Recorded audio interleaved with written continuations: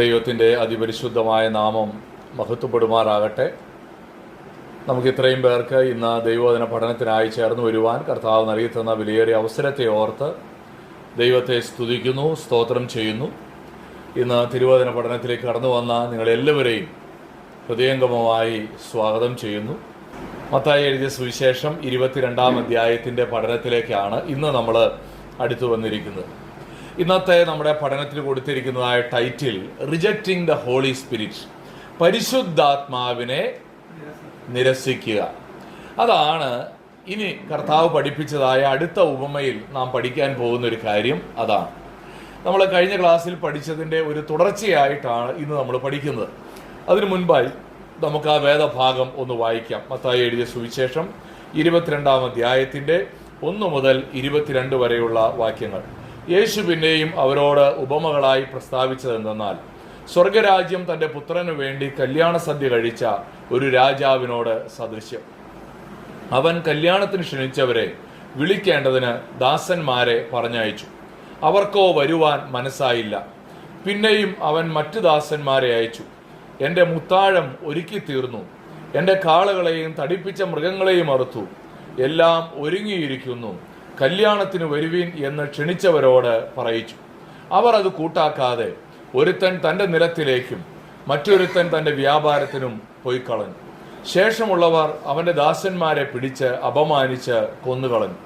രാജാവ് കോപിച്ച് സൈന്യങ്ങളെ അയച്ച് ആ കുലപാതകന്മാരെ മുടിച്ച് അവരുടെ പട്ടണം ചുട്ടുകളഞ്ഞു. പിന്നെ അവൻ ദാസന്മാരോട്, കല്യാണം ഒരുങ്ങിയിരിക്കുന്നു, ക്ഷണിക്കപ്പെട്ടവരോ യോഗ്യരായില്ല. ആകയാൽ വഴിത്തലയ്ക്കൽ ചെന്ന് കാണുന്നവരെയൊക്കെയും കല്യാണത്തിന് വിളിപ്പീൻ എന്ന് പറഞ്ഞു. ആ ദാസന്മാർ പെരുവഴികളിൽ പോയി കണ്ട ദുഷ്ടന്മാരെയും നല്ലവരെയും എല്ലാം കൂട്ടിക്കൊണ്ടുവന്നു. കല്യാണശാല വിരുന്നുകാരെ കൊണ്ട് നിറഞ്ഞു. വിരുന്നുകാരെ നോക്കുവാൻ രാജാവ് അകത്തു വന്നപ്പോൾ കല്യാണ വസ്ത്രം ധരിക്കാത്ത ഒരു മനുഷ്യനെ അവിടെ കണ്ടു. സ്നേഹിത, നീ കല്യാണ വസ്ത്രമില്ലാതെ ഇവിടെ അകത്തു വന്നത് എങ്ങനെ എന്ന് ചോദിച്ചു. എന്നാൽ അവന് വാക്ക് മുട്ടിപ്പോയി. രാജാവ് ശുശ്രൂഷക്കാരോട്, ഇവനെ കൈയും കാലും കെട്ടി ഏറ്റവും പുറത്തുള്ള ഇരുട്ടിൽ തള്ളിക്കളവിൻ, അവിടെ കരച്ചിലും പല്ലുകടിയും ഉണ്ടാകും എന്ന് പറഞ്ഞു. വിളിക്കപ്പെട്ടവർ അനേകർ, തിരഞ്ഞെടുക്കപ്പെട്ടവരോ ചുരുക്കം. അനന്തരം പരീശന്മാർ ചെന്ന് അവനെ വാക്കിൽ കൊടുക്കേണ്ടതിന് ആലോചിച്ചുകൊണ്ട് തങ്ങളുടെ ശിഷ്യന്മാരെ ഹെരോദ്യരോടുകൂടെ അവൻ്റെ അടുക്കൽ അയച്ചു. ഗുരോ, നീ സത്യവാനും ദൈവത്തിൻ്റെ വഴി നേരായി പഠിപ്പിക്കുന്നവനും മനുഷ്യരുടെ മുഖം നോക്കാത്തവനാകയാൽ ആരെയും ശങ്കയില്ലാത്തവനുമാകുന്നു എന്ന് ഞങ്ങൾ അറിയുന്നു. നിനക്ക് എന്തു തോന്നുന്നു? കൈസർക്ക് കരം കൊടുക്കുന്നത് വിഹിതമോ അല്ലയോ എന്ന് പറഞ്ഞു തരയണം എന്ന് പറയിച്ചു. യേശു അവരുടെ ദുഷ്ടത അറിഞ്ഞു. കപടഭക്തിക്കാരെ, എന്നെ പരീക്ഷിക്കുന്നത് എന്ത്? കരത്തിനുള്ള നാണയം കാണിപ്പീൻ എന്ന് പറഞ്ഞു. അവർ അവൻ്റെ അടുക്കൽ ഒരു വെള്ളിക്കാശ് കൊണ്ടുവന്നു. അവൻ അവരോട്, ഈ സ്വരൂപവും മേലെഴുത്തും ആരുടേത് എന്ന് ചോദിച്ചതിന്, കൈസറുടേത് എന്ന് അവർ പറഞ്ഞു. എന്നാൽ കൈസർക്കുള്ളത് കൈസർക്കും ദൈവത്തിനുള്ളത് ദൈവത്തിനും കൊടുപ്പീൻ എന്ന് അവൻ അവരോട് പറഞ്ഞു. അവർ കേട്ട് ആശ്ചര്യപ്പെട്ട് അവനെ വിട്ട് പോയി കളഞ്ഞു. നാം കഴിഞ്ഞ ക്ലാസ്സിൽ പഠിച്ചതിൻ്റെ തുടർച്ചയായിട്ടാണ് ഇന്ന് പഠിക്കുന്നത്. മത്തായിയുടെ സുവിശേഷം പഠിക്കാൻ തുടങ്ങിയിട്ടത് 50-ാമത്തെ ക്ലാസ്സാണ്. മടുത്തോ എല്ലാവർക്കും? തീർന്നാ മതിയായിരുന്നു അല്ലേ? അതുവരെ ദൈവം നമുക്ക് ആയുസ് ആരോഗ്യം തരട്ടെ. ഒരു 100 കൊല്ലം കൂടെ അല്ല.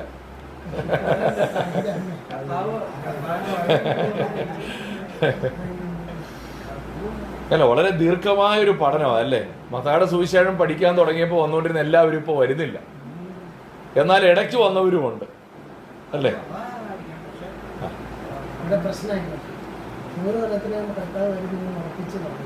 ഞാൻ 10 കൊല്ലത്തിനുള്ളിൽ വരുമെന്നാണ്. 10 കൊല്ലം അല്ല, എൻ്റെ കണക്കൂട്ടിനനുസരിച്ച് 2008 കർത്താവ് വരണ്ടായിരുന്നു. അത് കണക്കല്ല, എൻ്റെ ആഗ്രഹവും പ്രതീക്ഷയായിരുന്നു. കണക്ക് കൂട്ടി വെച്ചതല്ല. എൻ്റെ വിചാരം 2008 2010 കർത്താവ് വരുമെന്നായിരുന്നു. വരാത്തതുകൊണ്ട് ഞാൻ 2010 കല്യാണം കഴിച്ചു. 3 കുഞ്ഞുങ്ങളെയും ദൈവം എനിക്ക് തന്നു. ഓക്കെ, ഇനി നമുക്ക് കർത്താവിൻ്റെ വരവ് ഇന്ന് രാത്രി ഉണ്ടാകാൻ സാധ്യതയുണ്ട് എന്ന പ്രതീക്ഷയോടെ നമ്മൾ ജീവിക്കുക എന്നുള്ളതാണ് ദൈവം നമ്മളെക്കുറിച്ച് ആഗ്രഹിക്കുന്നത്. നമുക്ക് ഈ വേദഭാഗത്തേക്ക് കടന്നു വരാം. ഞാൻ പറഞ്ഞല്ലോ, കഴിഞ്ഞ ക്ലാസ്സിൽ നമ്മൾ പഠിച്ചതിൻ്റെ തുടർച്ചയാണ് ഈ 22-ാമത്തെ അധ്യായത്തിൽ. യേശുവിനെ നിരസിച്ച യഹൂദന്മാരോടുള്ള യേശുവിൻ്റെ പ്രതികരണമാണ് ഈ വേദഭാഗത്ത് നമുക്ക് കാണുവാനായിട്ട് കഴിയുന്നത്. നമുക്കറിയാം, യേശു യെരുശലേമിലേക്ക് ഒരു കഴുതക്കുട്ടിയുടെ പുറത്ത് ഒരു വിജയപ്രവേശത്തോടുകൂടെ കടന്നു വന്നത് കഴിഞ്ഞ അധ്യായത്തിൽ നമ്മൾ പഠിച്ചു. എന്നാൽ അങ്ങനെ കടന്നു വന്ന യേശുവിനോട് ഈ യഹൂദ മത നേതൃത്വവും അവിടെയുള്ള നേതാക്കന്മാരും ഒക്കെ നീ എന്ത് അധികാരം കൊണ്ട് ഇത് ചെയ്യുന്നു എന്ന് ചോദിച്ച് യേശുവിനെ നിരസിക്കുന്നതായിട്ട് നമ്മൾ കണ്ടു. അതിനോടുള്ള യേശുവിൻ്റെ പ്രതികരണമാണ് ഈ വേദഭാഗത്ത് നമ്മൾ കാണുന്നത്. 21-ാം അധ്യായത്തിൻ്റെ 28 മുതൽ 22-ന്റെ 14 വരെയുള്ള വാക്യങ്ങളിൽ യേശു അതിനോട് പ്രതികരിക്കുന്നത് 3 ഉദാഹരണങ്ങൾ പറഞ്ഞുകൊണ്ടാണ്. ഒന്നാമത്തെ ഉദാഹരണത്തിൽ ഒരു പിതാവ് തൻ്റെ 2 മക്കളോട് മുന്തിരിത്തോട്ടത്തിൽ വേല ചെയ്യാൻ വിളിച്ചതിനെ കുറിച്ച് വായിക്കുന്നുണ്ട്. ഒന്നാമത്തവനോട് പോകാൻ പറഞ്ഞപ്പോൾ അവൻ മനസ്സില്ല എന്ന് പറഞ്ഞു. അവൻ പിന്നത്തേതിൽ മാനസാന്തരപ്പെട്ടു പോയി. എന്നാൽ രണ്ടാമത്തവൻ പോകാം അപ്പ എന്ന് പറഞ്ഞു, പക്ഷെ പോയില്ലതാൻ. എന്നിട്ട് കർത്താവ് പറഞ്ഞു, നിങ്ങളെക്കാൾ വേഗത്തിൽ, അഥവാ ദൈവത്തോട് അടുത്തു നിൽക്കുന്നവരെന്ന് തോന്നുന്ന ഈ മത നേതൃത്വത്തെക്കാൾ വേഗത്തിൽ ആരാണ് ദൈവരാജ്യത്തിൽ പ്രവേശിക്കുക? ഈ പാപികളും ചുങ്കക്കാരും ഒക്കെ പ്രവേശിക്കുമെന്ന് പറയുകയാണ്. അവിടെ ആ ഉപമയിലൂടെ കർത്താവ് പറയാൻ ശ്രമിക്കുന്നത് നിങ്ങൾ പിതാവിൻ്റെ ആലോചനയെ നിരസിച്ചു എന്നുള്ളതാണ്, അഥവാ നിങ്ങൾ പിതാവിനെ നിരസിച്ചു എന്നുള്ളതാണ്. രണ്ടാമത്തെ ഉപമ, ഒരു യജമാനൻ, കുറെ കുടിയാന്മാർ അവരുടെ അടുക്കൽ നിന്ന് ഫലം വാങ്ങുവാൻ വേണ്ടി ആദ്യം തൻ്റെ ദാസന്മാരെ പറഞ്ഞയച്ചു. അവര് ഈ ദാസന്മാരെല്ലാം തല്ലി ഓടിച്ചു. അത് കഴിഞ്ഞപ്പോൾ തൻ്റെ പുത്രനെ അയച്ചു. അവർ ശങ്കിക്കുമെന്ന് പറഞ്ഞ് പുത്രനെ അയച്ചു. പുത്രനെ അയച്ചപ്പോൾ അവൻ അവകാശി, ഇവനെ കൊന്നാൽ ഇതൊക്കെ നമുക്ക് സ്വന്തമാക്കാമെന്ന് പറഞ്ഞ് അവരെന്ത് ചെയ്തു? പുത്രനെ കൊന്നുകളഞ്ഞു. ഇത് ഈ രണ്ടാമത്തെ ഉപമയിലൂടെ പിതാവിനെ നിരസിച്ച ഈ യഹൂദന്മാർ പുത്രനെയും നിരസിച്ചു എന്നാണ് കർത്താവ് പഠിപ്പിച്ചത്. ഇന്ന് നമ്മൾ പഠിക്കാൻ പോകുന്നത് മൂന്നാമത്തെ ഉപമയാണ്. ഈ മൂന്നാമത്തെ ഉപമയിൽ കർത്താവ് നമ്മളെ പഠിപ്പിക്കുന്നത് പരിശുദ്ധാത്മാവിനെയും യഹൂദന്മാർ നിരസിക്കും എന്നുള്ള യാഥാർത്ഥ്യം കർത്താവ് പഠിപ്പിക്കാനായിട്ട് ഒരുങ്ങുകയാണ്. അത് നമ്മൾ അപ്പോസ്തല പ്രവർത്തികളുടെ പുസ്തകത്തിൻ്റെ ഒരു വിശദീകരണം പോലെ നമുക്ക് ഈ ഉപമയിൽ കാണുവാനായിട്ട് കഴിയും. ഈ ഉപമ നമ്മൾ പഠിക്കുമ്പോൾ നമ്മൾ ആ വേദഭാഗം വായിച്ചു കേട്ടു അല്ലേ?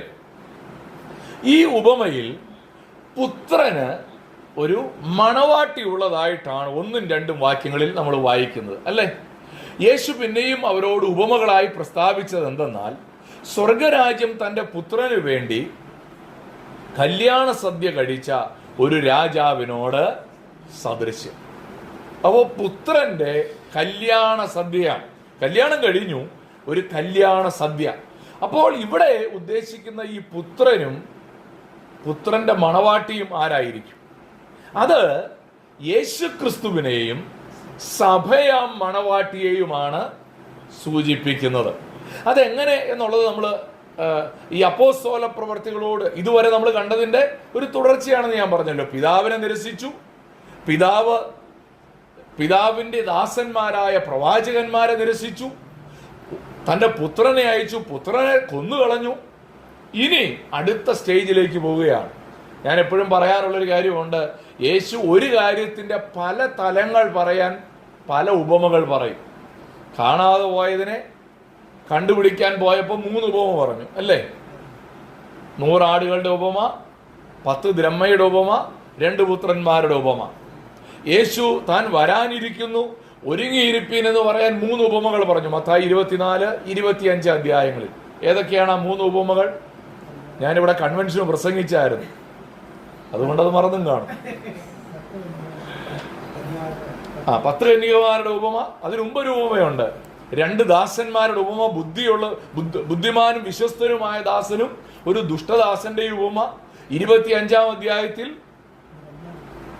10 കന്യകമാരുടെ ഉപമയ്ക്ക് ശേഷം താലന്തുകളുടെ ഉപമയും പറയുന്നത്. അപ്പോൾ ഒരേ വിഷയത്തെ വിശദീകരിക്കാൻ ഒന്നിലേറെ ഉപമകൾ പറയുന്ന കർത്താവ് ഇവിടെ യഹൂദന്മാർ ദൈവത്തെ നിരസിച്ചു, പിതാവിനെ, പുത്രനെ, പരിശുദ്ധാത്മാവിനെ നിരസിച്ചു എന്ന് കാണിക്കാനായിട്ട് 3 ഉപമകളിലൂടെ ഇവിടെയും കാര്യങ്ങളെ വിശദമാക്കുകയാണ്. അങ്ങനെയാണെങ്കിൽ ഈ ഉപമയിൽ പറയുന്ന സംഭവങ്ങൾ ഏത് സമയത്തെയാണ് സൂചിപ്പിച്ചത്?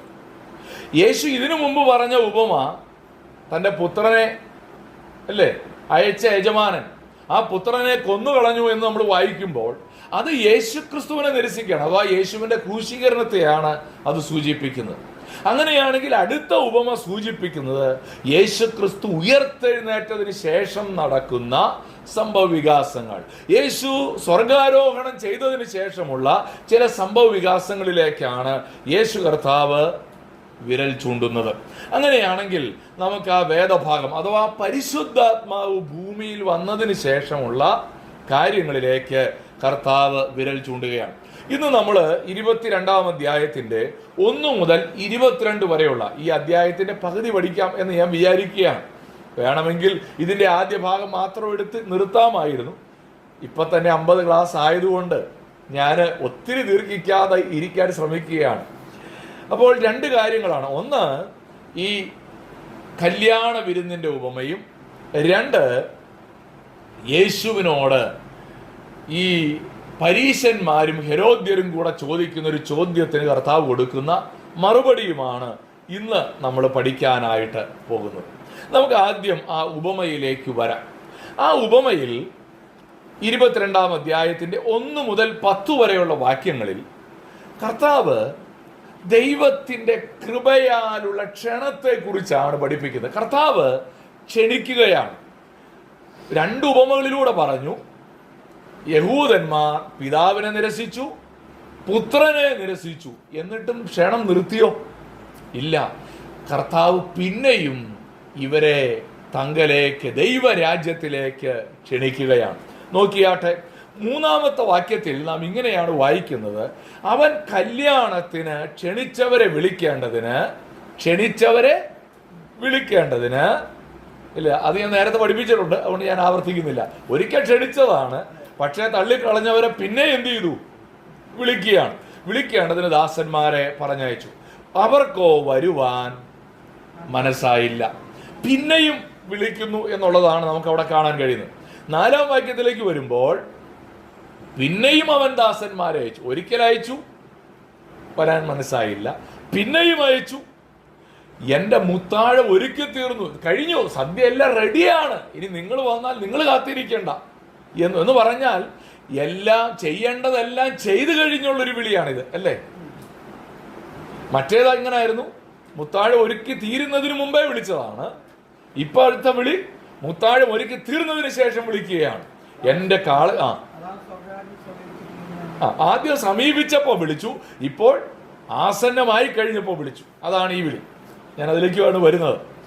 മുത്താഴം ഒരുക്കി തീർന്നു, എൻ്റെ കാളകളെയും തടിപ്പിച്ച മൃഗങ്ങളെയും അറുത്തു, എല്ലാം ഒരുങ്ങിയിരിക്കുന്നു, കല്യാണത്തിന് വരുവീൻ എന്ന് ക്ഷണിച്ചവരോട് പറയിച്ചു.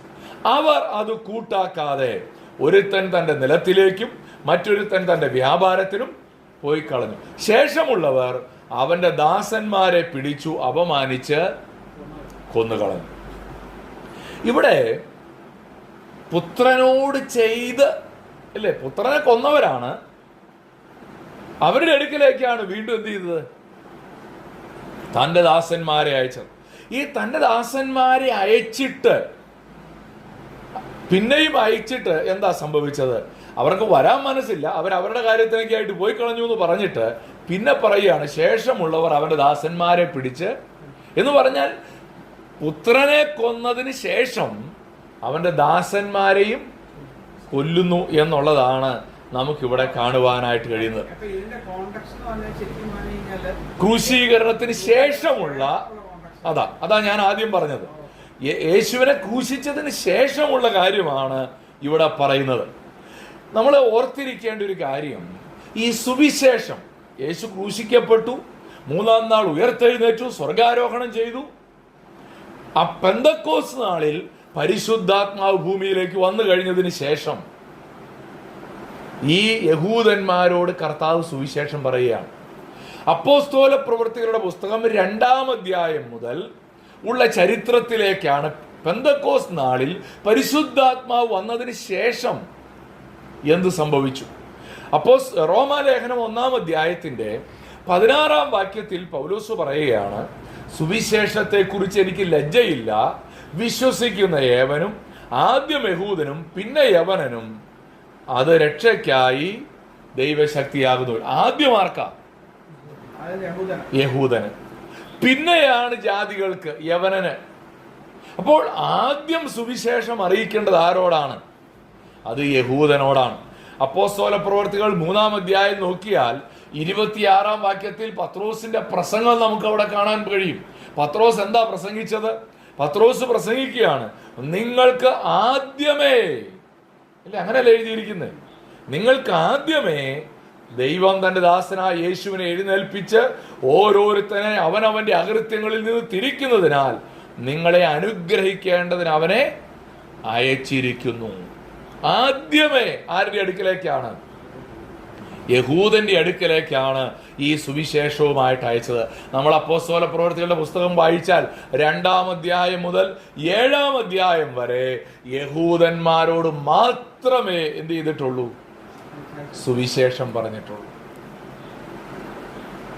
എന്നിട്ടാണ് 8-ാമത്തെ അധ്യായത്തിൽ ശമരിയക്കാരുടെ അടുക്കൽ സുവിശേഷം പറയുന്നത്. അപ്പോൾ ആദ്യത്തെ 7 അധ്യായങ്ങൾ യഹൂദന്മാരോട് മാത്രമേ ഈ സുവിശേഷം അറിയിച്ചിട്ടുള്ളൂ. എന്നാൽ ഈ യഹൂദന്മാർ എന്ത് ചെയ്തു? അവരെന്ത് ചെയ്തു എന്നുള്ളതാണ് 7-ാം അധ്യായത്തിൽ സ്തേഫാനോസിനോട് എന്താ ചെയ്തത്? സ്തേഫാനോസ് സുവിശേഷം പ്രസംഗിച്ചു കഴിഞ്ഞപ്പോൾ അവർ ഉറക്കെ നിലവിളിച്ചിട്ട് ചെവി പൊത്തിക്കൊണ്ട് ഒന്നിച്ച് അവന്റെ നേരെ പാഞ്ഞു ചെന്നു. അവന്റെ ദാസന്മാർ എന്ത് ചെയ്തെന്നാണ് പറഞ്ഞേ? കൊന്നുകളഞ്ഞു. അവനെ നഗരത്തിൽ നിന്ന് തള്ളിപ്പുറത്താക്കി കല്ലെറിഞ്ഞ് കൊന്നു. അപ്പോസ്തല പ്രവൃത്തി 12-ാം അധ്യായത്തിൽ ഹെരോദാവ് യാക്കോബിനെ, യോഹന്നാന്റെ സഹോദരനായ യാക്കോബിനെ വാൾ കൊണ്ട് കൊന്നു. എന്നിട്ട് അടുത്ത വാക്യത്തിൽ പറയുകയാണ്, അത് യഹൂദന്മാർക്ക് പ്രസാദമായി. അപ്പോ ഈ യഹൂദന്മാരുടെ അടുക്കിലേക്ക് പരിശുദ്ധാത്മാവിനാൽ നിറയപ്പെട്ട ഈ അപ്പോസ്തോലന്മാർ സുവിശേഷം പ്രസംഗിച്ചിട്ടും എന്താണ് സംഭവിച്ചത്?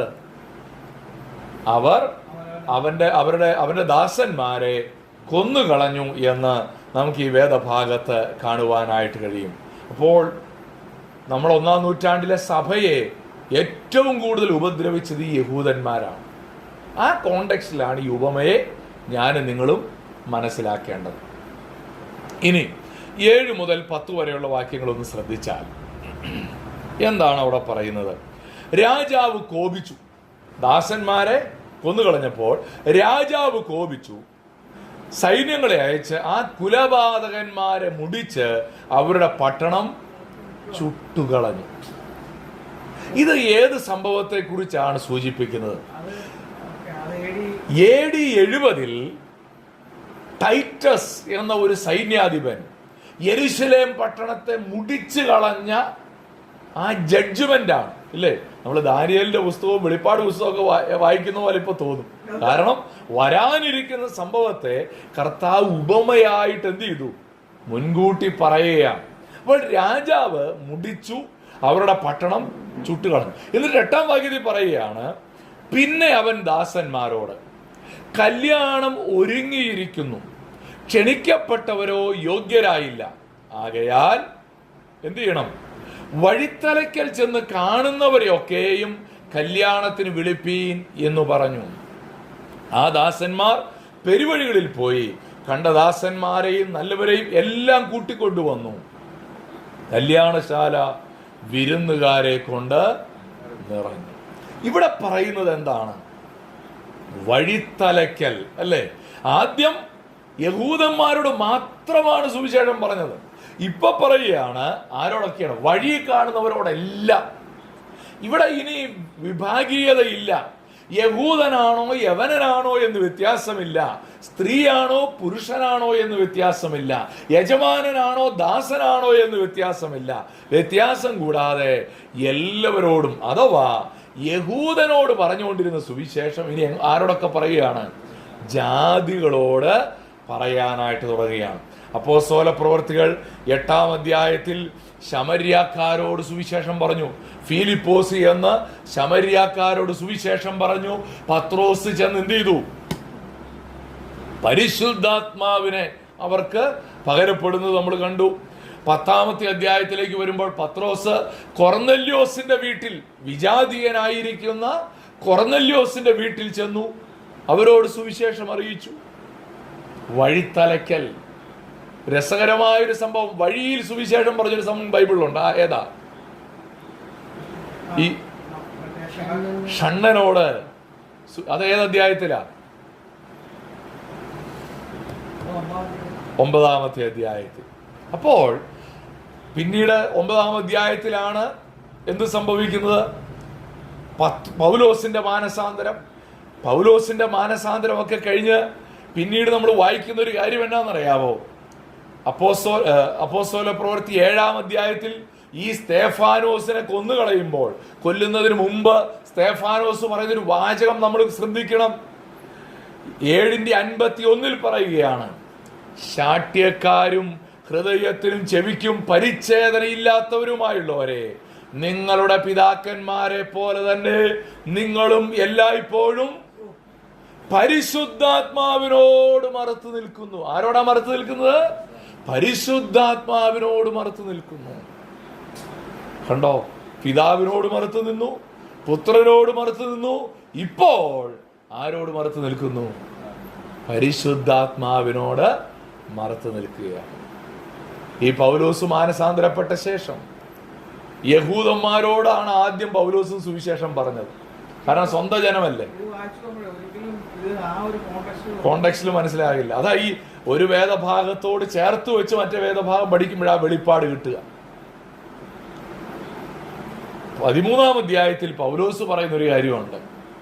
പൗലോസും ബർണബാസും ധൈര്യം പൂണ്ട് ദൈവവചനം ആദ്യം കേട്ടോ. 10-ാം അധ്യായത്തിൽ ജാതികളുടെ ഇടയിലേക്ക് തിരിഞ്ഞു കഴിഞ്ഞു. പക്ഷേ പൗലോസും രക്ഷിക്കപ്പെട്ടിട്ട് ആദ്യ യഹൂദന്മാരോട് മാത്രമാണ് സുവിശേഷം പറഞ്ഞത്. എന്നിട്ട് 13-ാം അധ്യായത്തിലേക്ക് വരുമ്പോൾ പൗലോസ് പറയുകയാണ്, ആദ്യം ദൈവവചനം ആദ്യം നിങ്ങളോട് പറയുന്നത് ആവശ്യമായിരുന്നു, എന്നാൽ നിങ്ങൾ അതിനെ തള്ളി നിങ്ങളെ തന്നെ നിത്യജീവന് അയോഗ്യർ എന്ന് വിധിച്ചു കളയുന്നതിനാൽ ഇതാ ഞങ്ങൾ ജാതികളിലേക്ക് തിരിയുന്നു. വഴിത്തലയ്ക്കൽ കാണുന്നവരോട് സുവിശേഷം പറയാനായിട്ട് ഈ അപ്പോസ്തോലന്മാര് തിരിയുന്നതിൻ്റെ ഒരു വ്യക്തമായ ചിത്രമാണ് നമുക്കിവിടെ കാണാനായിട്ട് കഴിയുന്നത്. പ്രിയപ്പെട്ട ദൈവമക്കളെ, ഈ യഹൂദൻ കഴിഞ്ഞ തവണ നമ്മൾ ചിന്തിച്ച ഒരു കാര്യമുണ്ട്, അവൻ ഈ കല്ലിൽ ഇടർച്ചക്കല്ലായിട്ട് മാറി. പക്ഷെ ദൈവം നമുക്കതൊരു ചവിട്ടുപടിയാക്കി ദൈവം തന്നിരിക്കുകയാണ്. അപ്പോൾ ഈ ദൈവത്തിൻ്റെ കൃപയാലുള്ള വിളിയാണ് നമുക്ക് ഈ വേദഭാഗത്ത് കാണാനായിട്ട് കഴിയുന്നത്. വിളിക്കപ്പെട്ടവരെ പിന്നെയും ക്ഷണിക്കപ്പെട്ടവരെ വിളിക്കാൻ പോകുന്ന ആ കർത്താവിൻ്റെ കൃപ നമ്മളോടുള്ള ബന്ധത്തിൽ എത്ര അർത്ഥവത്താ അല്ലേ? നമ്മളെയൊക്കെ കർത്താവ് എത്ര പ്രാവശ്യം വിളിച്ചിട്ടുണ്ട്. പക്ഷെ നമ്മളവിടെ കണ്ടതുപോലെ വരാൻ മനസ്സായില്ല പലപ്പോഴും. എന്നാൽ ഇവിടെ യഹൂദനോടുള്ള ബന്ധത്തിൽ അത് വളരെ അർത്ഥവത്താണ്. പല പ്രാവശ്യം പ്രവാചകന്മാരിലൂടെ, പുത്രനിലൂടെ, പരിശുദ്ധാത്മാവിലൂടെ ദൈവം അവരെ ക്ഷണിച്ചു. പക്ഷേ അവർക്കോ വരാൻ മനസ്സായില്ല. അപ്പോൾ ദൈവം വഴിത്തലയ്ക്കൽ കണ്ട യഹൂദന്മാരല്ലാത്ത നമ്മളെപ്പോലെയുള്ള ജാതികളുടെ അടുക്കിലേക്ക് ഈ സുവിശേഷത്തിന്റെ കരം നീട്ടുകയാണ്. ഇനി മുന്നോട്ട് പോകാം. 11 മുതൽ 14 വരെയുള്ള വാക്യങ്ങളിൽ ഈ ഉപമയിൽ മൂന്നാമതൊരു തലത്തിലേക്ക് നമ്മൾ പ്രവേശിക്കുകയാണ്. ഇവിടെയാണ് കുറച്ചുകൂടെ വ്യക്തമായി ആ സുവിശേഷം പറയുന്നത്. 11 മുതൽ 14 വരെയുള്ള വാക്യങ്ങളിൽ വിരുന്ന് നടക്കുകയാണ്. അപ്പോൾ വിരുന്ന് നോക്കുവാൻ രാജാവ് അകത്തു വന്നപ്പോൾ കല്യാണ വസ്ത്രം ധരിക്കാത്തൊരു മനുഷ്യനെ അവിടെ കണ്ടതായിട്ട് വായിക്കുന്നു.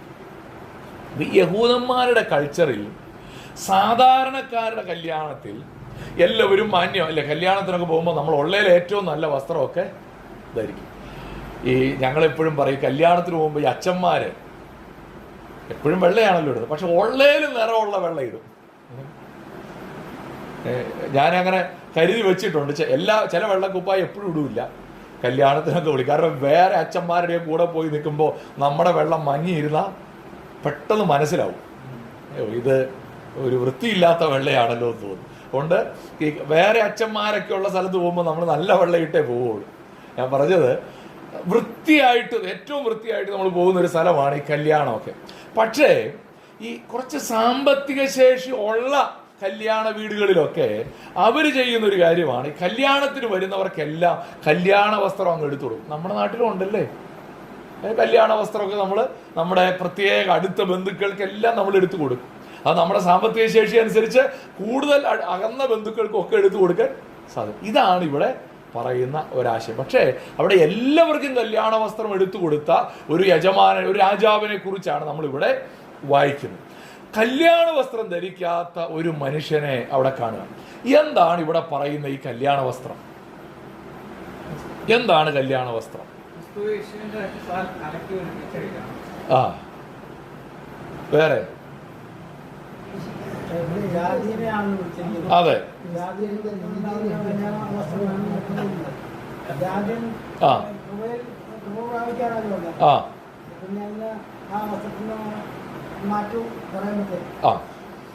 ഓക്കെ.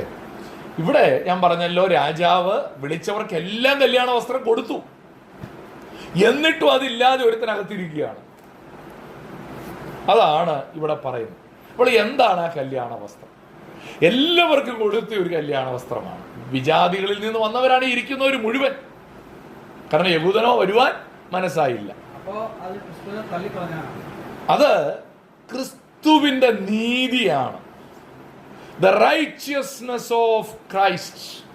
യേശു ക്രിസ്തുവിൽ വിശ്വസിച്ചതുകൊണ്ട് ദൈവം ഒരുവനെ നീതീകരിക്കുന്നു, അഥവാ നീതിമാനായി പ്രഖ്യാപിക്കുന്നു.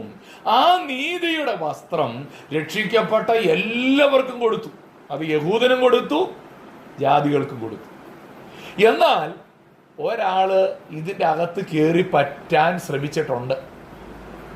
അവൻ എങ്ങനായിരിക്കും കയറി പറ്റിയത്?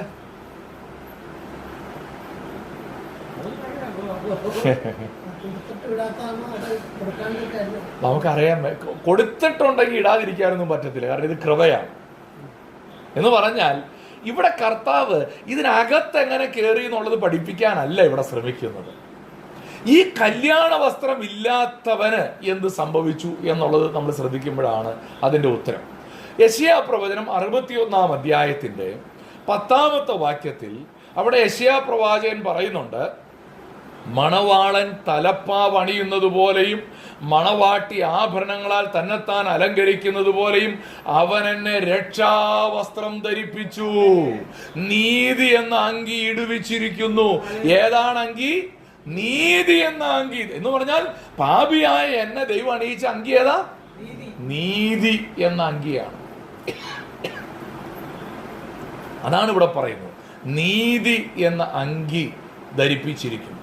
ഫിലിപ്പിയ ലേഖനം 3:9 ഞാൻ ക്രിസ്തുവിനെ നേടേണ്ടതിനും ന്യായപ്രമാണത്തിൽ നിന്നുള്ള എൻ്റെ സ്വന്തം നീതിയല്ല, ക്രിസ്തുവിങ്കലുള്ള വിശ്വാസം മൂലം ദൈവം വിശ്വസിക്കുന്നവർക്ക് നൽകുന്ന നീതി തന്നെ ലഭിച്ചു. അപ്പോൾ ഈ കല്യാണ വസ്ത്രം എന്നതുകൊണ്ട് ഇവിടെ ഉദ്ദേശിച്ചിരിക്കുന്നത് യേശു ക്രിസ്തുവിൽ വിശ്വസിക്കുന്ന എല്ലാവർക്കും ലഭിക്കുന്ന, വിശ്വാസികൾക്ക് ലഭിക്കുന്ന നീതിയാണ്. ഈ നീതി, ഈ വാക്യത്തിലൊരു പ്രത്യേക ഉപയോഗമുണ്ട്. ന്യായപ്രമാണത്തിൽ നിന്നുള്ള എൻ്റെ സ്വന്തം നീതിയല്ല. ഒരുത്തൻ ഇതിനകത്ത് കയറിപ്പറ്റിയപ്പോൾ സ്വന്തം നീതിയാൽ കയറിപ്പറ്റാൻ ശ്രമിച്ചിട്ടുണ്ടെന്നാണ് നമ്മൾ ഇതിനെ മനസ്സിലാക്കേണ്ടത്. എന്ന് പറഞ്ഞാൽ അത് സ്വന്തം നീതിയെ കുറച്ചൊക്കെ എന്ത് ചെയ്യാൻ ശ്രമിച്ചിട്ടുണ്ട്? ക്രിസ്തുവിൻ്റെ നീതിയെ അനുകരിക്കുന്ന രീതിയിൽ ഒപ്പിച്ച് വെച്ച് ഇവനകത്ത് കയറി പറ്റിയതാ. പക്ഷേ ഈ രാജാവ് വന്ന് പരിശോധിച്ച് കഴിഞ്ഞപ്പോൾ മനസ്സിലായി ഇത് ഞാൻ കൊടുത്ത കല്യാണ വസ്ത്രമല്ല. എന്ത് ചെയ്തു? അവിടെ പ്രിയപ്പെട്ടവരെ, ഇവിടെ പഴയ നിയമത്തിൽ ഈ കല്യാണ വസ്ത്രം ഇല്ല. പുതിയ നിയമത്തിലേക്ക് വന്നപ്പോൾ കല്യാണ വസ്ത്രമുണ്ട്. കാരണം പഴയ നിയമത്തിൽ യഹൂദ ജാതിയെ മൊത്തത്തിലാണ് കർത്താവ് വിളിച്ചത്. പക്ഷെ പുതിയ നിയമത്തിലേക്ക് വരുമ്പോൾ വ്യക്തിപരമായി എന്ത് ചെയ്തേ പറ്റൂ? വിശ്വസിച്ച് രക്ഷ പ്രാപിച്ചേ പറ്റൂ. വിശ്വസിക്കുന്ന ഏവർക്കും നൽകുന്ന കല്യാണ വസ്ത്രം. ഈ കല്യാണ വസ്ത്രമില്ലാതെ വ്യക്തിപരമായി വിശ്വസിക്കാതെ എന്ത് ചെയ്യാൻ സാധ്യമല്ല? ദൈവരാജ്യത്തിൽ പ്രവേശിക്കുവാനായിട്ട് സാധ്യമല്ല. അവനെ എന്ത് ചെയ്തു എന്ന് നമ്മളവിടെ വായിക്കുന്നു അല്ലേ? പുറത്തെ ഇരുട്ടിലേക്ക് തള്ളിക്കളഞ്ഞു. അവിടെ കരച്ചിലും പല്ലുകടിയും ഉണ്ടാകും. ലൂക്കോസ് 13:28 സമാനമായ കാര്യം കാണാനായിട്ട് കഴിയും. അവിടെ അബ്രഹാമും, ദൈവരാജ്യത്തിൽ അബ്രഹാമും ഇസ്ഹാക്കും യാക്കോബും സകല പ്രവാചകന്മാരും ദൈവരാജ്യത്തിൽ ഇരിക്കുന്നതും നിങ്ങളെ പുറത്ത് തള്ളിക്കളഞ്ഞതും നിങ്ങൾ കാണുമ്പോൾ കരച്ചിലും പല്ലുകടിയുണ്ട്. ഇവര് വലിയ അഭിമാനത്തോടെ പറയും, അബ്രഹാം ഞങ്ങൾക്ക് പിതാവായിട്ടുണ്ട്, ഞങ്ങൾ അബ്രഹാമിന്റെയും ഇസ്ഹാക്കിന്റെയും യാക്കോബിന്റെയും ദൈവത്തെയാണ് സേവിക്കുന്നതെന്നൊക്കെയാണ് പറയുക. പക്ഷേ വിശ്വസിച്ച് ജീവരക്ഷ പ്രാപിക്കാത്തത് കൊണ്ട് അവർക്ക് എന്തില്ല? കല്യാണ വസ്ത്രമില്ല. അവർ നോക്കുമ്പോൾ അബ്രഹാം, ഇസ്ഹാക്ക്, യാക്കോബും ഒക്കെ ദൈവരാജ്യത്തിൽ പന്തിക്കിരിക്കുന്നുണ്ട്, സകല പ്രവാചകന്മാരും പന്തിക്കിരിക്കുന്നുണ്ട്. പക്ഷെ ഞങ്ങൾ ആ കൂടെ ഇല്ലല്ലോ എന്ന് ഓർക്കുമ്പോൾ അവര് കരച്ചില്, പല്ലുകടി. അല്ലേ? ഇതാണ് ഇവിടെ കർത്താവ് പറയുന്നത്. ഈ രക്ഷയില്ലാത്ത ആളുകൾ, ഈ പറയുന്ന ആളുകൾ മാത്രം ദൈവത്തിന്റെ സംരക്ഷണം അല്ലാത്തവരിലേക്ക് വന്നാൽ തന്നെ അത് തന്നെ വലിയൊരു ശിക്ഷയാണ്. അതെ, അതായത് മുമ്പേ കയറേണ്ടവരായിരുന്നു, ഇപ്പോ ആ പരിസരത്ത് പോലും ഇല്ല എന്ന് പറയുമ്പോൾ അല്ലേ, ഫസ്റ്റ് റാങ്ക് കിട്ടുമെന്ന് വിചാരിച്ചിരുന്ന ഒരുത്തം തോറ്റുപോയ പോലത്തെ ഒരു അവസ്ഥയിലാണ് ഇപ്പോ കർത്താവ് ഇത് പറയുന്നത്. ഇനി ഇവിടെ കർത്താവ് പറയുന്ന ഒരു പ്രധാനപ്പെട്ട കാര്യം, അവസാനത്തെ വാക്യം പറഞ്ഞത് എന്താ? 14-ാം വാക്യം, വിളിക്കപ്പെട്ടവരോ അനേകർ, തിരഞ്ഞെടുക്കപ്പെട്ടവരോ എന്ന് പറഞ്ഞാൽ എത്ര പേരെയാ കർത്താവ് വിളിച്ചത്? എത്ര വട്ടം കർത്താവ് വിളിച്ചു? പക്ഷെ തിരഞ്ഞെടുക്കപ്പെട്ടത് കുറച്ചു പേരേ ഉള്ളെന്ന് അതിൻ്റെ അർത്ഥം. ചില ആൾക്കാരൊക്കെ പറയാറുണ്ട്, ഈ കർത്താവ് ഇത്രയും പേരെ നരകത്തിലേക്ക് വിടുവോ, ഈ കുറച്ചു പേരെ മാത്രം സ്വർഗത്തിൽ? കർത്താവ് ഇവിടെ പറഞ്ഞതും അതല്ലേ, വിളിക്കപ്പെട്ടവരോ അനേകർ, തിരഞ്ഞെടുക്കപ്പെട്ടവരോ എന്ന് പറഞ്ഞാൽ വിശ്വസിച്ച് ജീവരക്ഷ പ്രാപിക്കുന്ന ആ ഒരു എക്സ്ക്ലൂസീവ് ഗ്രൂപ്പ് മാത്രമേ ദൈവരാജ്യത്തിലുള്ളൂ. അനേകരും പുറത്താ, കുറച്ചേ ഉള്ളൂ എവിടെ? അകത്ത്. 1000 ആണ്ട് വലിയ ആഴ്ച ആകുമ്പോഴത്തേക്കും ആൾക്കാരോടൊക്കെ എനിക്ക് നല്ലവരാവുമല്ലോ. അപ്പൊ ആ കമ്പയർ ചെയ്യുമ്പോൾ ഇപ്പോഴുള്ള ആൾക്കാർ നഷ്ടമായാലും കൗണ്ട് വെച്ച് നമ്മൾ കുറവുള്ളൂ. അല്ല, അതിനകത്തൊരു കാര്യമുണ്ട്. 1000 ആണ്ട് വാഴ്ചയോടുള്ള ബന്ധത്തിൽ അത് കറക്റ്റാണ്. 1000 ആണ്ട് വാഴ്ചയിൽ വലിയ ജനസംഖ്യാ വർധനവിനെ കുറിച്ച് നമ്മൾ പഠിക്കുന്നുണ്ട്. ഇനി അപ്പോൾ വ്യക്തിപരമായ രക്ഷയാണ് കർത്താവ് ഇവിടെ പഠിപ്പിക്കുന്നത്. അപ്പൊ നോക്കിയേ, പഴയ നിയമത്തിൽ തുടങ്ങിയ 3 ഉപമകളുടെ സീരീസ് ഇപ്പൊ എവിടെ ചെന്ന് നിൽക്കുന്നു? പരിശുദ്ധാത്മാവ് വന്നതിന് ശേഷം ജാതികളുടെ ഇടയിലേക്ക് തിരിഞ്ഞ ആ അനുഭവത്തെയാണ് ഈ ഉപമ, 3-ാമത്തെ ഉപമ സൂചിപ്പിക്കുന്നത്. നിങ്ങൾക്കത് മനസ്സിലായി കാണുമെന്ന് ഞാൻ വിചാരിക്കുക. ഇനി അടുത്ത ഭാഗത്തേക്ക് പ്രവേശിക്കാനായിട്ട് താല്പര്യപ്പെടുകയാണ്. 15 മുതൽ 22 വരെയുള്ള വാക്യങ്ങളിലേക്ക് നമ്മൾ പ്രവേശിക്കുകയാണ്.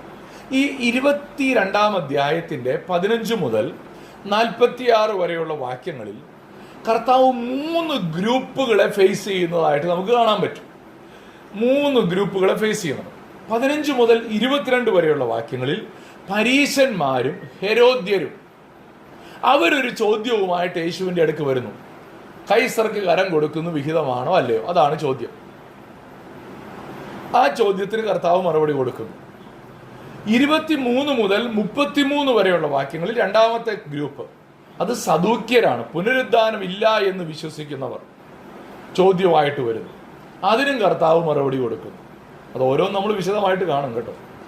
മൂന്നാമത്തെ ഗ്രൂപ്പ് 34 മുതൽ 40 വരെയുള്ള വാക്യങ്ങൾ. അവരൊരു എല്ലാറ്റിലും മുഖ്യ കൽപ്പന ഏതാണെന്ന് ചോദിച്ചുകൊണ്ടാണ് വരുന്നത്. ആരാ വരുന്നത്? പരീശന്മാർ വരികയാണ്. ഈ ചോദ്യത്തിനും കർത്താവ് മറുപടി കൊടുക്കുന്നു. അവസാനം കർത്താവ് അവരോടൊരു ചോദ്യം ചോദിക്കുന്നുണ്ട്. മശിഹായുടെ ഐഡന്റിറ്റി എന്താ? മശിഹായെ എങ്ങനെ തിരിച്ചറിയാം? അതാണ് 41 മുതൽ 46 വരെയുള്ള വാക്യങ്ങളിൽ കാണാൻ കഴിയുന്നത്. ഈ 3 ചോദ്യങ്ങൾക്കും ഉത്തരം കർത്താവ് അങ്ങോട്ട് ചോദിക്കുന്ന ചോദ്യത്തിന് വിശദീകരണവും നൽകിയാണ് ഈ അധ്യായം കർത്താവ് അവസാനിപ്പിക്കുന്നത്. ഇതെന്തിനാ ഇവിടെ കൊണ്ടുവന്ന് വെച്ചത്? മത്തായി ഇത് ഒരു കാര്യം ചുമ്മാ എഴുതിയിട്ടില്ല. മത്തായി ഈ കാര്യം എഴുതിയതിൻ്റെ പുറകിലൊരു ഉദ്ദേശമുണ്ട്.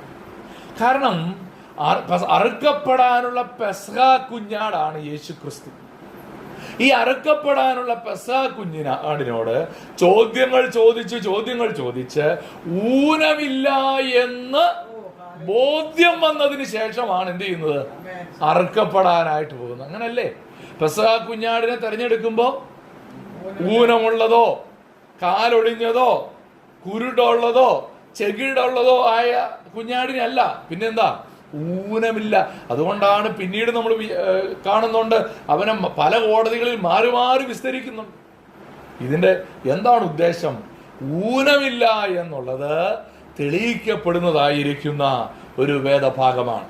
അങ്ങനെയാണെങ്കിൽ നമുക്ക് കൂടുതലായിട്ട് ഈ വാക്യങ്ങളിലേക്ക് ആദ്യത്തെ ചോദ്യവും അതിൻ്റെ ഉത്തരവാണ് നമ്മൾ ഇന്ന് പഠിക്കാനായിട്ട് പോകുന്നത്. എല്ലാം ഇന്ന് പഠിക്കാൻ നേരമില്ല, ഒത്തിരി ദീർഘിച്ച് പോകാനും ഞാൻ ആഗ്രഹിക്കുന്നില്ല. ഓക്കെ, 15 മുതൽ 22 വരെയുള്ള വാക്യങ്ങളിലാണ് ആദ്യത്തെ വിഷയം. പരീശന്മാര് യേശുവിനെ കൊടുക്കാൻ വേണ്ടി ആലോചിച്ച് തങ്ങളുടെ ശിഷ്യന്മാര് ഹെരോദ്യരോട് കൂടെ യേശുവിൻ്റെ അടുക്കിലേക്ക് പറഞ്ഞയക്കുകയാണ്. എന്നിട്ട് ചോദ്യം എന്താണ്? ഗുരോ, നീ സത്യവാനും ദൈവത്തിന്റെ വഴി നേരായി പഠിപ്പിക്കുന്നവനും മനുഷ്യരുടെ മുഖം നോക്കാത്തവനുമാകയാൽ ആരെയും ശങ്കയില്ലാത്തവനും ആവുന്നു. മുഖസ്തുതി പറഞ്ഞാ തുടങ്ങുന്നത് അല്ലേ? യേശുവിനെ വിശ്വസിക്കുന്നവരല്ല, പക്ഷേ പൊക്കി പറഞ്ഞുകൊണ്ട് തുടങ്ങുക. മനുഷ്യന്റെ കുതന്ത്രങ്ങളിൽ ഒന്നാ അല്ലേ? ആദ്യം പൊക്കി പറഞ്ഞാൽ പിന്നെ പൊങ്ങിപ്പോയാൽ പിന്നെ നമ്മുടെ ട്രാഫിക് കുടുങ്ങുമെന്നാണല്ലോ നമ്മുടെ വിചാരം. അപ്പോൾ ആദ്യം മുഖസ്തുതി പറയുകയാണ്. മുഖസ്തുതി പറഞ്ഞിട്ട് 17-ാം വാക്യത്തിലാണ് ആ ശരിക്കുമുള്ള ചോദ്യം വരുന്നത്. നിനക്ക് എന്തു തോന്നുന്നു? കൈസർക്ക് കരം കൊടുക്കുന്നത് വിഹിതമോ അല്ലയോ എന്ന് പറഞ്ഞു തരയണം എന്ന് പറയിച്ചു. ഇവിടെ 2 ഗ്രൂപ്പാണ് ചെല്ലുന്നത്. ആരൊക്കെയാണ്?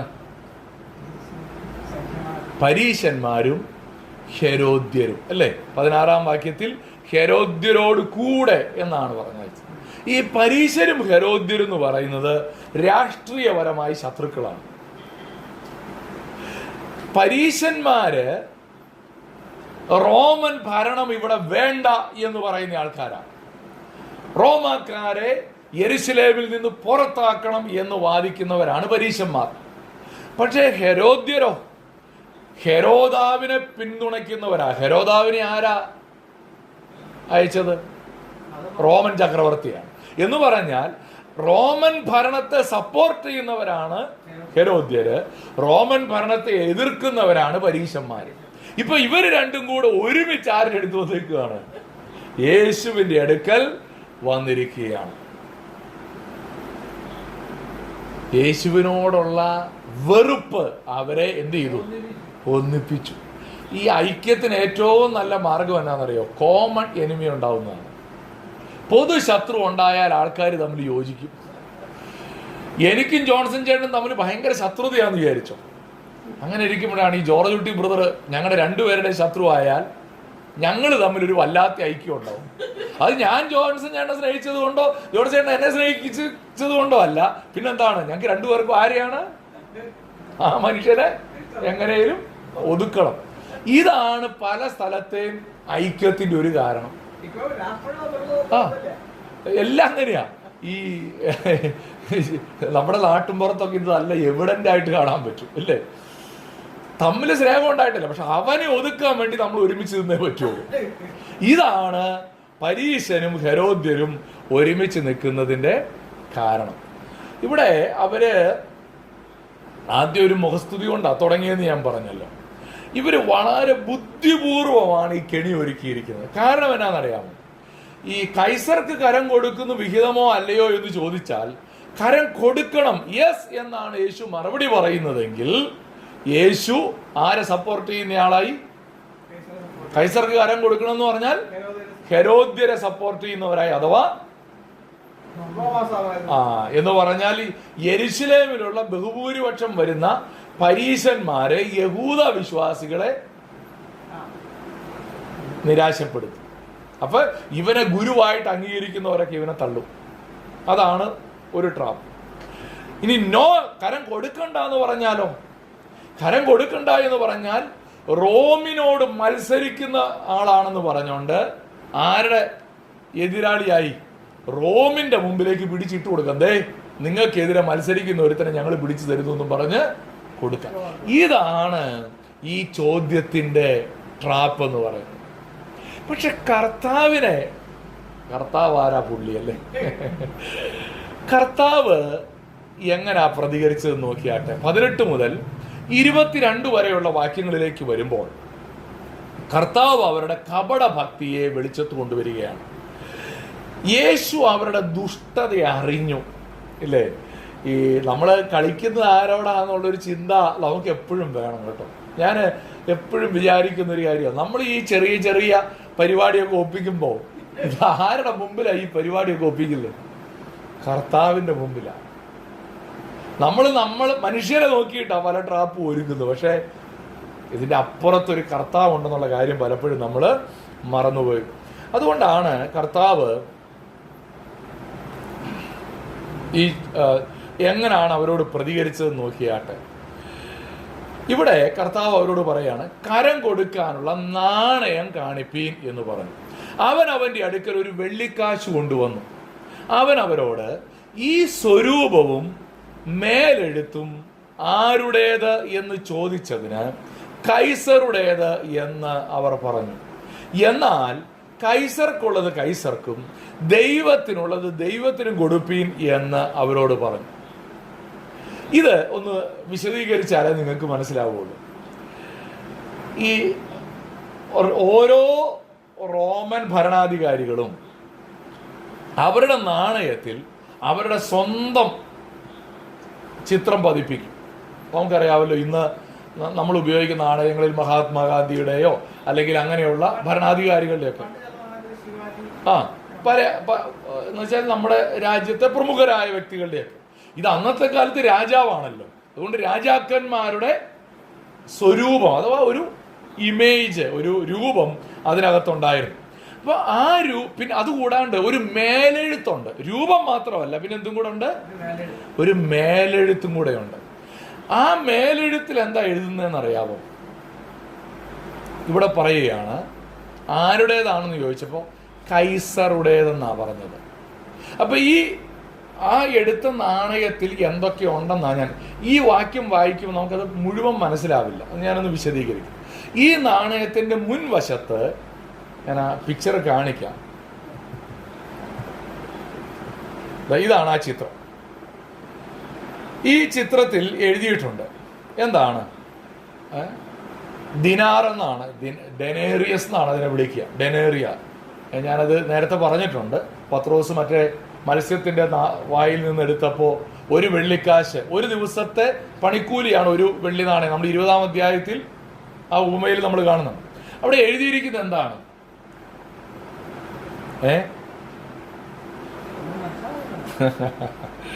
അതാ ടൈ സീസർ ഡിവി അല്ലേ? ഞാനത് വിശദീകരിക്കാം. അതിൻ്റെ ഇവിടെ താഴെ എഴുതിയിട്ടുണ്ട്. എന്താ അവിടെ എഴുതിയിരിക്കുന്നത്? ഇംഗ്ലീഷിൽ എഴുതിയിട്ടുണ്ട്, Tiberius Caesar son of the divine Augustus എന്നാണ് എഴുതിയിരിക്കുന്നത്. അത് ലാറ്റിൻ റോമൻ ലാംഗ്വേജിലായതുകൊണ്ടാണ് നമുക്കത് വായിക്കാൻ ബുദ്ധിമുട്ട്. സീസർ ഡിവി AVG അല്ലേ? FAV അല്ല എന്തോ ആയിക്കോട്ടെ.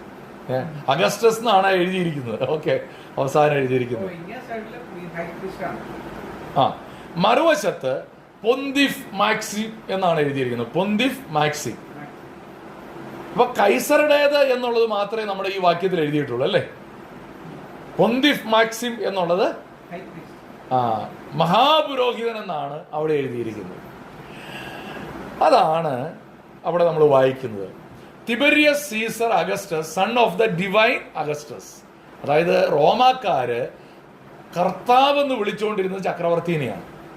അതുകൊണ്ടാണ് യേശു മാത്രം കർത്താവ് എന്ന് ഏറ്റു പറയാനായിട്ട് ആദ്യ നൂറ്റാണ്ടിൽ, അതായത് കൈസർ അല്ല കർത്താവ്, ഞങ്ങളുടെ ദൈവമാണ് കർത്താവ് എന്നാണ് അവർ ഏറ്റു പറഞ്ഞുകൊണ്ടിരുന്നത്. അതുകൊണ്ടാണ് റോമൻ ഭരണകൂടം അവരെ പീഡിപ്പിച്ചത്.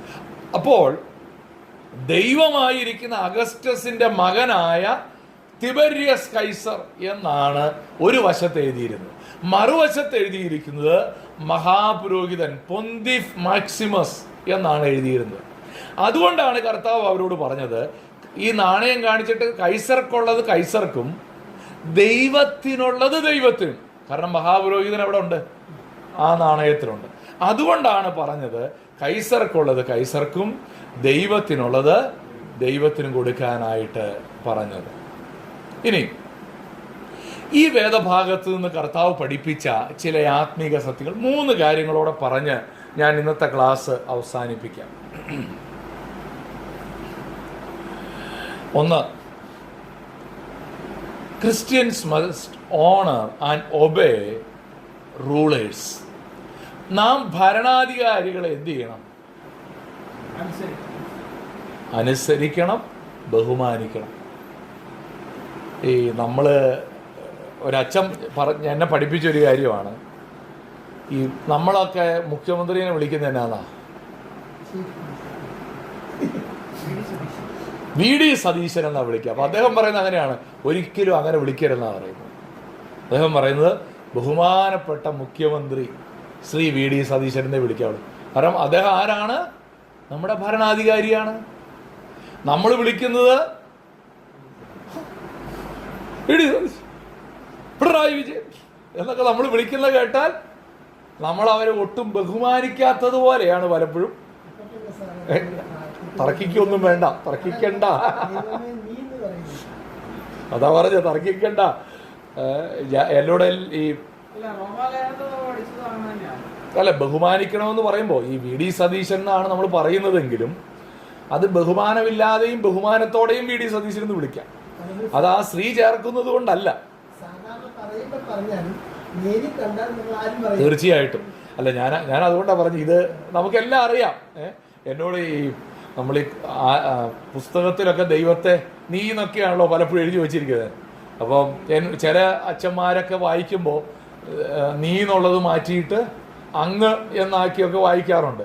അപ്പം ഞാൻ ചോദിക്കും, നിങ്ങൾ ഈ ദൈവമേ നീ പരിശുദ്ധൻ ആവുന്നു എന്നുള്ളത് എങ്ങനെ ആയിരിക്കും ചൊല്ലുക എന്ന് ഞാൻ ചോദിക്കും.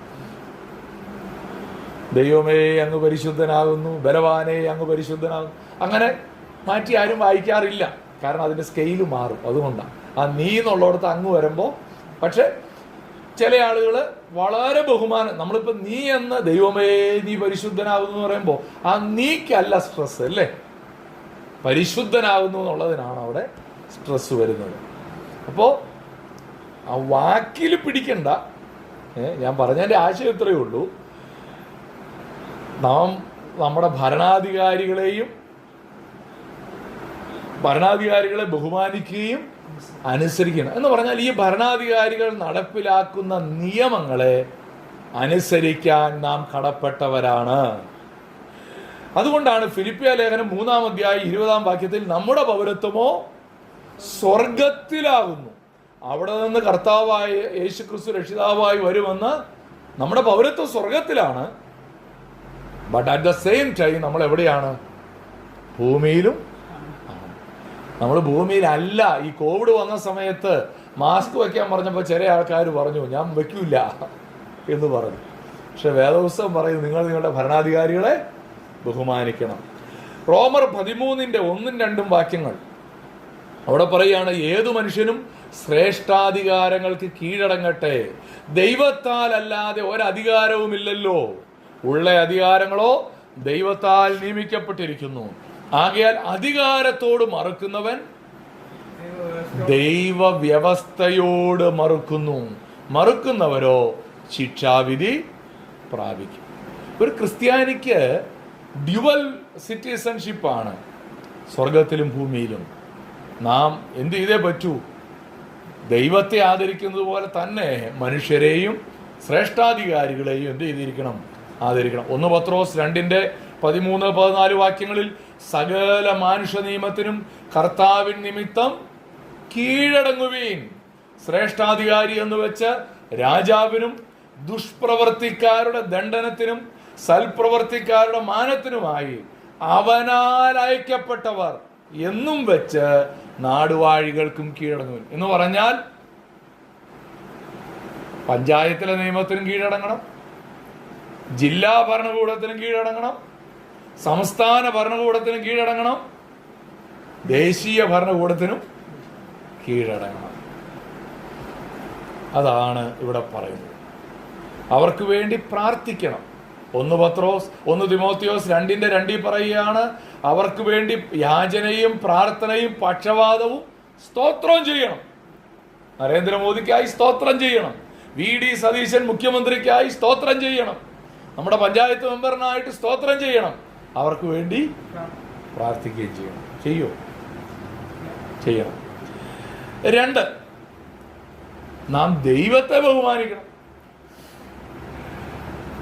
ഭരണാധികാരികളെ മാത്രം ബഹുമാനിച്ചാൽ പോരാ, അനുസരിച്ചാൽ പോരാ, ദൈവത്തെ അനുസരിക്കണം. ഇവിടെ ഒരു പ്രശ്നം വരും. ഇത് തമ്മിൽ എപ്പോഴേലും അഭിപ്രായ വ്യത്യാസം വരുമോ? 1-ാം നൂറ്റാണ്ടിലെ സഭയെ തന്നെ ഇത് കണ്ടല്ലേ. അവര് പറഞ്ഞു, ഇനി മേലിൽ യേശു എന്ന നാമത്തിൽ പ്രസംഗിക്കുകയോ സംസാരിക്കുകയോ ചെയ്യരുത്. അപ്പൊ അവര് പറഞ്ഞൊരു കാര്യമാണ്, പത്രോസും ശേഷം അപ്പോസ്തലന്മാര്. അപ്പോസ്തല പ്രവൃത്തികൾ 5:29 മനുഷ്യരെക്കാൾ ദൈവത്തെ. അപ്പം ഗവൺമെന്റ് ഉണ്ടാക്കുന്ന ഒരു നിയമം ദൈവത്തിനെതിരാണെങ്കിൽ നമ്മൾ ആരെ അനുസരിക്കണം? ദൈവത്തെ അനുസരിക്കണം. അതൊരു വെല്ലുവിളിയാണ് അല്ലേ. അതാണ് നമ്മളിവിടെ കാണുന്നത്. 3, ഈ വേദഭാഗം പഠിപ്പിക്കുന്ന ഒരു വലിയ സത്യം, മനുഷ്യൻ ദൈവത്തിൻ്റെ സാദൃശ്യത്തിലും സ്വരൂപത്തിലുമാണ് സൃഷ്ടിക്കപ്പെട്ടത്. അങ്ങനെയാണെങ്കിൽ നാം ആരുടെയാണ്? ദൈവത്തിൻ്റെതാണ്. നാണയം എടുത്ത് വെച്ച് പറഞ്ഞു, ഇതിനകത്തുള്ള മേലെഴുത്തും സ്വരൂപം ആരുടേതാണെന്ന് ചോദിച്ചപ്പോൾ കൈസറുടെയാണെന്ന് പറഞ്ഞു. അപ്പോൾ കൈസർക്കുള്ളത് കൈസർക്കും, ദൈവത്തിനുള്ളത് ദൈവത്തിനും. അപ്പം നമ്മളിൽ ഒരു മേലെഴുത്തുണ്ട്, നമ്മളിലൊരു സ്വരൂപമുണ്ട്, ദൈവത്തിൻ്റെ സ്വരൂപം. രക്ഷിക്കപ്പെട്ടപ്പോൾ ദൈവം എഴുതി ഇത് എൻ്റെ വകയാണ്. അപ്പം നാം നമ്മെ തന്നെ ആർക്ക് കൊടുക്കാൻ കടപ്പെട്ടവരാണ്? ദൈവത്തിന് കൊടുക്കാൻ കടപ്പെട്ടവരാണ്. നാം നമ്മെ തന്നെ ആർക്ക് സമർപ്പിക്കണം? ദൈവത്തിന് സമർപ്പിക്കണം എന്ന്. പാപം നമ്മിലുള്ള സ്വരൂപത്തെ മാറ്റിയിട്ടുണ്ട് അല്ലേ. ദൈവത്തിൻ്റെ സ്വരൂപത്തിനും സാദൃശ്യത്തിനും സൃഷ്ടിക്കപ്പെട്ട നമ്മളെ പാപം എന്ത് ചെയ്തു? ഷേപ്പ് മാറ്റി, രൂപം മാറ്റി. പക്ഷെ രക്ഷിക്കപ്പെട്ടപ്പോൾ, അതുകൊണ്ടാണ് ദൈവവചനം പറഞ്ഞത്. 2 വാക്യം ഒന്ന് ശ്രദ്ധിച്ചാൽ മനസ്സിലാകും. എഫേസ്യർ 4:24 അവിടെ പറയുകയാണ്, സത്യത്തിൻ്റെ ഫലമായ നീതിയിലും വിശുദ്ധിയിലും ദൈവാനുരൂപമായി സൃഷ്ടിക്കപ്പെട്ട പുതുമനുഷ്യനെ ധരിച്ചുകൊള്ളുവീൻ. കൊലോസ്യർ 3:10 പറയുകയാണ്, തന്നെ സൃഷ്ടിച്ചവന്റെ പ്രതിമപ്രകാരം പരിജ്ഞാനത്തിനായി പുതുക്കം പ്രാപിക്കുന്ന പുതിയ മനുഷ്യനെ ധരിച്ചിരിക്കുന്നുവല്ലോ. നമ്മൾ എന്ത് ചെയ്തിരിക്കുകയാണ്? രക്ഷിക്കപ്പെട്ടപ്പോൾ ദൈവത്തിന്റെ സ്വരൂപത്തിലുള്ള പുതുമനുഷ്യനെ ധരിച്ചിരിക്കുകയാണ്. അതുകൊണ്ട് നാം പൂർണ്ണമായും കർത്താവിന് സമർപ്പിക്കപ്പെട്ടവരാകണം.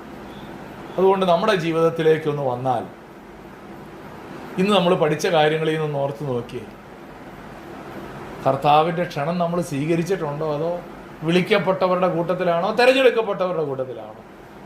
ബഹുഭൂരിപക്ഷം വരുന്ന വിളിക്കപ്പെട്ടവരുടെ കൂട്ടത്തിലോ തെരഞ്ഞെടുക്കപ്പെട്ട ആ ചെറിയ കൂട്ടത്തിലാണോ നമ്മൾ? ക്രിസ്തുവിൻ്റെ നീതി നാം ധരിച്ചിട്ടുണ്ടോ? നമ്മൾ പറഞ്ഞ് അവസാനിപ്പിച്ചു, അതാണ് പുതു മനുഷ്യനെ ധരിച്ചാണോ നമ്മൾ ജീവിക്കുന്നത്? നമ്മൾ ഈ സുവിശേഷം പ്രസംഗിക്കുന്നുണ്ടോ? വഴിത്തലയ്ക്കൽ കാണുന്നവരോട് സുവിശേഷം പറയുന്നുണ്ടോ? എല്ലാവരെയും കർത്താവ് തൻ്റെ ദാസന്മാരോട് അതല്ലേ പറഞ്ഞത്? വഴിത്തലയ്ക്ക് കാണുന്ന എല്ലാവരെയും വിളിക്കാനാണ് പറഞ്ഞത്. നമ്മൾ വിളിക്കുന്നുണ്ടോ?